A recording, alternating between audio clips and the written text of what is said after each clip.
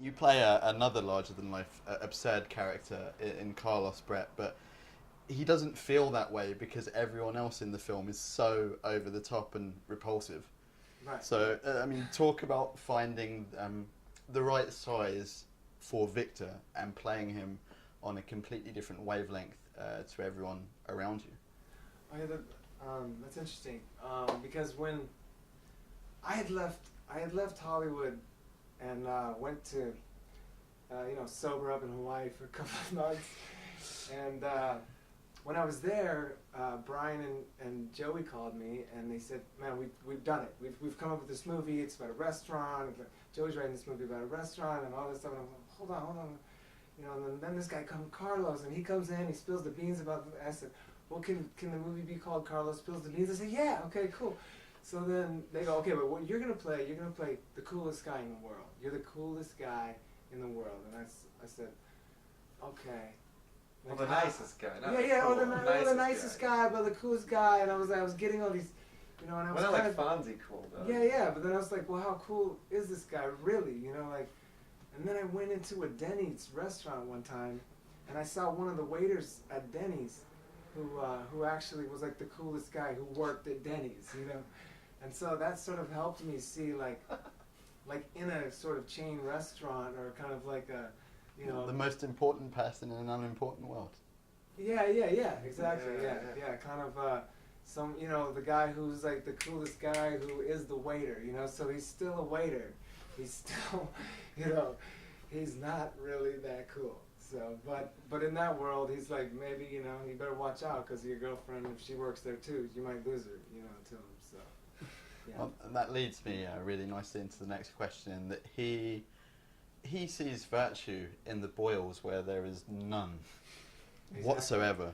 Exactly. And I'm wondering, the entire time I'm watching it, I've seen it twice now, and I'm still not entirely certain, but is he really that eager to please and accepting, or is it all kind of part of his ploy, not only to steal the girl, but to stick it to Steve, like from the off?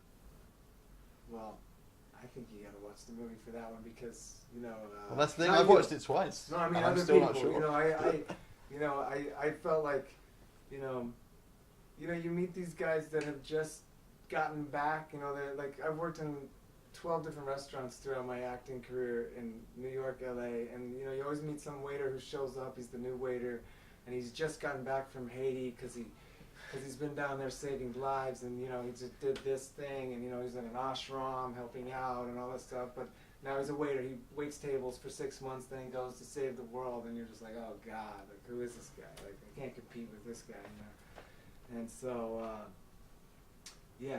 sorry, I forget what I was talking about. A lot of people definitely think that he's full of it and he's schwarmy and it's all like some ploy. I've gotten a lot of people that are like throwing that out when it comes to Victor Smiles, like they're like, oh no, he's not really. But in my mind, he is genuinely the nicest, like one of the greatest good persons on the planet. Is the way I sort of maybe it's always just where he's envisioned from. him. Maybe it's just how he was He's a little raised. cheesy, but He's a little cheesy, and he also, like there's little times where, I felt like, one scene where I'm trying to get Steve's character back because he's angry at me and trying to tell me to leave his girlfriend alone, and so I appealed to him, very sincerely. But then at the end of the scene, I'm like, all right, man, see you later. You run away from him. Yeah, and so there's like little, I felt like he's only as sincere as his depth would allow. He's just not a very deep person, I think. Carlos takes place almost entirely around this restaurant, so I'm wondering what came first, the restaurant or the idea? Well, basically the whole idea and restaurant came at the same time because Joey was working at a restaurant and they were like, he came to me and said that we could shoot for free in his restaurant, so I was like, great. At the same time, Brett and James Duvall were working with this woman, Alana Krause, who plays the mother in the film, and they were telling me that she had this house and that she was looking for a project to put money into, and so I went and met with her and pitched her about 5 different films, and she liked Carlos, and she's like, well, when can I read it? And I just flat out said, in a week, and we hadn't written a word. So Joey and I wrote it in about 6 days, and then I turned it into her, and she was like, yeah, we want to do it. So, you know, it just kind of started from there. So the night before we started shooting, though, or maybe a night or 2 days or something like that, the restaurant that Joey was working at, turned out it was in the city of Santa Monica, which you can't shoot past 2 a.m. anywhere in the city of Santa Monica, which is like, you know, like right in the center of LA or whatever. So we just started running into all sorts of technical issues and lost that location and found that restaurant, which is actually the same restaurant that we used for the Swingers Club in the Black Bell. Yeah. Oh, really? Yeah. And then it's also in the 9 Full Moons. It is. Yeah, that's right. Yeah. Yeah. There's a restaurant scene there. I'm in the scene. Yeah, we're at the bar as well. Robert too. Murphy did very well to shoot it very differently Yeah. to try to hide that it was the same restaurant. Yeah. Like, Now that place. there's only one restaurant in LA that we could get. Yeah, and it's gone now. It's just a tacky, cheesy sports bar now. They totally ruined the way that Screens place looked. everywhere. Yeah. Screens everywhere and beer smelling the carpet. So playing the manager of Boyle's, you're constantly screaming at people and making ignorant, racist remarks, and you look like you had a ball doing it. Yes.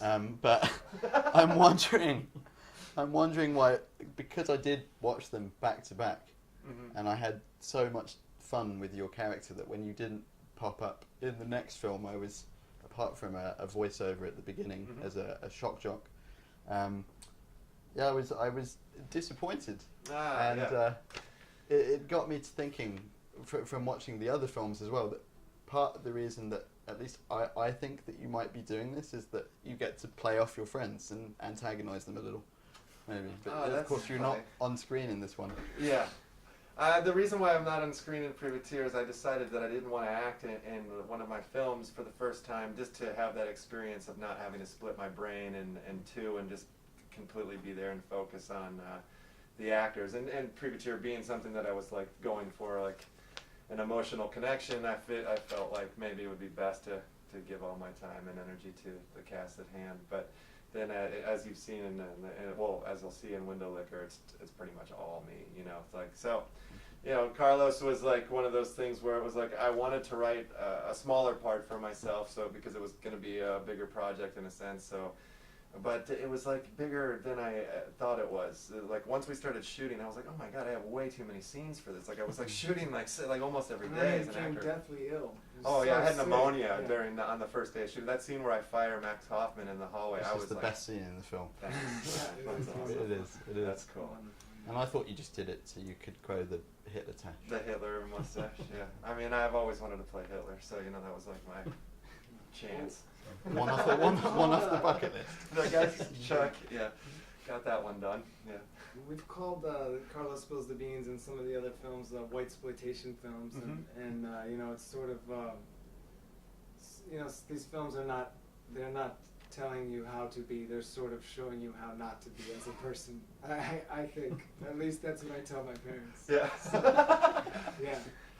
No, I've been so many people have pointed out to me that there isn't any good characters in any of my films, really. They're all like kind of bastards on some level, and I don't know what to say about Different that. degrees of bastardy. Yeah, different degrees of bastardy, yeah. I like that.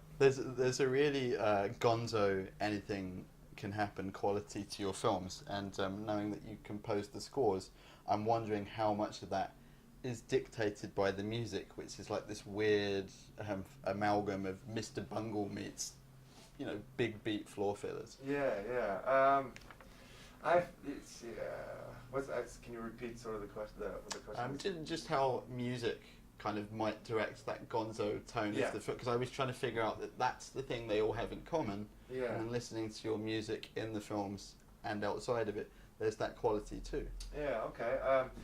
I mean, when I moved to LA, I came to be an actor, and I quit almost right away and became a techno DJ and kind of lived that lifestyle for about 8 years. So that's kind of where some of that music comes from. But it's me and my brother my brother Emmett McGuire, who do most of the music for the films. And you know, with Privateer, it was kind of seemed to be, you know, the music centered around the Vegas party scene. Like I've been to so many of these after parties at somebody's house, and it's just like, it's always that same 4/4 beat thing that's going on or whatever. So And then sort of the music is made by Hacksaw and Duggan in that, which is me and my brothers. It's sort of the project that we've been working on.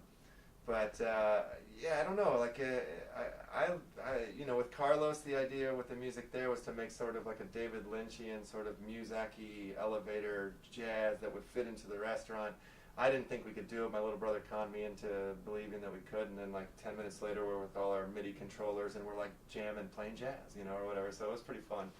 But yeah, I don't know. Music's a huge part for me, and now like with Window Liquor, you'll see like there's score in the film, and it's the first time that we've made score for it, and I love it. I feel like it has so much more of a engaging, sort of impactful, sort of quality to it. So I don't know. You'll probably see more score in my films to come. Well, just from the trailer, it almost feels like a soundscape. Yeah. Sound is a huge character in the Window Liquor, and that was kind of always the goal for that one.